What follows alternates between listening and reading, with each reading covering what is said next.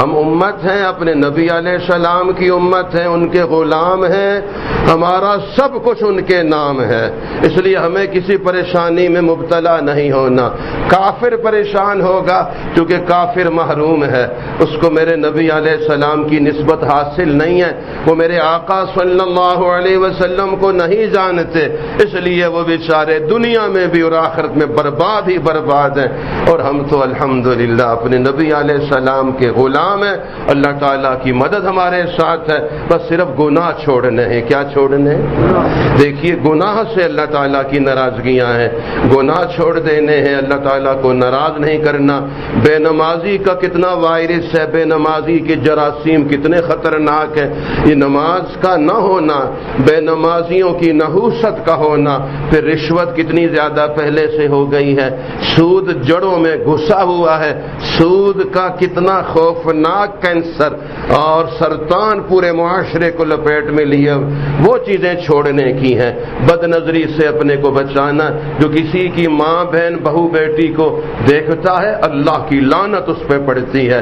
اب آپ نے دیکھا فضا ساری آلودہ کر رکھی ہے، اصل وائرس اور جراثیم جو بچوں بچیوں کو اسکولوں میں مخلوط تعلیم کو ایجوکیشن، اس میں بہت پہلے سے وائرس فضاؤں میں گندگی پھیلا دی گئی ہے۔ اصل وائرس وہ ہے، اصل سبب وہ ہے جس کے نتیجے میں پھر اللہ کی ناراضگیاں ہیں۔ تو بتائیے حکومت کو وہ چیزیں بند کرنی چاہیے یا بازار بند کرنے چاہیے؟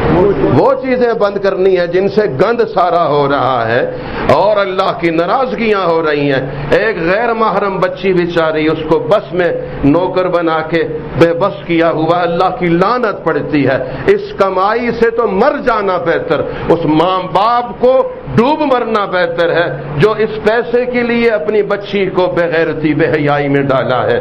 یہ سب میرے نبی علیہ السلام کا دل دکھا ہوا ہے، میرے آقا صلی اللہ علیہ وسلم خفا ہیں کہ میں حیا لے کر آیا، میں نے اپنی امت کو حیا دی ہے اور امت بے حیائی میں لگ گئی ہے، کافروں کے راستے پہ چل پڑی ہے۔